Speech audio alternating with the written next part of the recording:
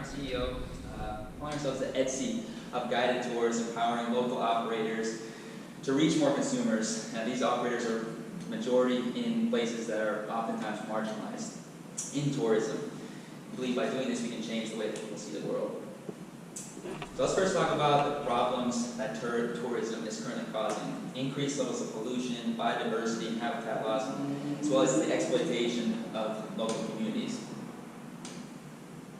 Now, this affects both tourists and the operators. Tourists are becoming ever increasingly aware of the impact that their travel has, and they're looking for something different. They don't want to be a part of something negative. And local operators are becoming ever increasingly capable of operating independently, but without access to global markets, are forced to accept pennies on the dollar through third-party agents. So our solution is through integrated travel.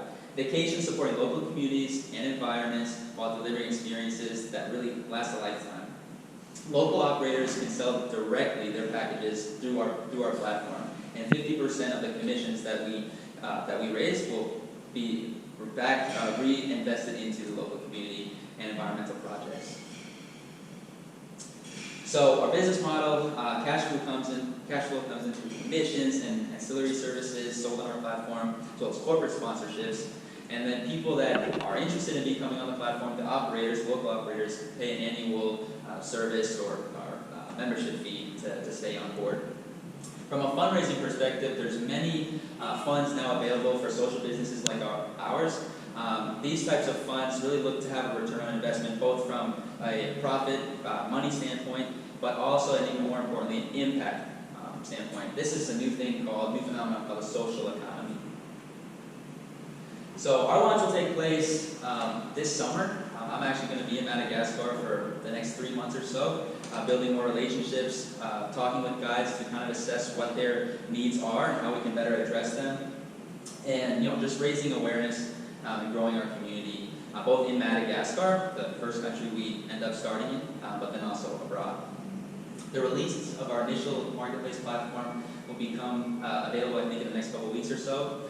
We're basically going to be looking at collecting information from both potential tourists, but then also operators, so that we can know, hey, what kind of experiences are you looking for as a tourist? How important is it for you to see the impact that your travel is having? And from the operator, where are your pain points? Where are you losing money currently, the way you currently operate?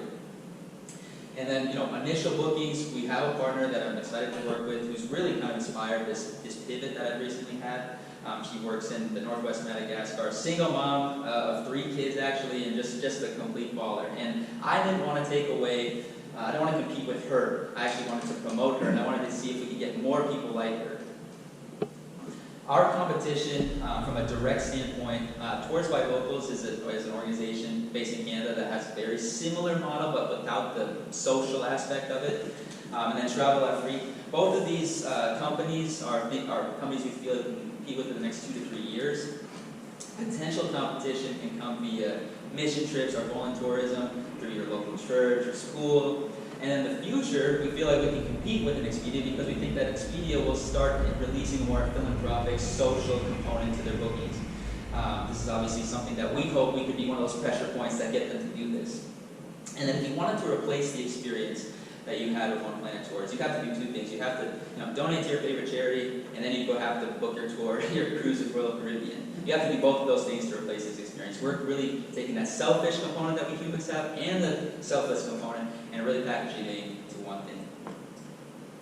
So here's a list of some of our key contributors, none more important than the gentleman standing next to me, Dr. Joel Harmis. He's my professor. He introduced me to Madagascar back in 2017, and seeing his country through his eyes truly changed the way that I see the world. And if I can just take experiences like that and be able to share them with other people, I really do think that we can have a brighter future for our planet.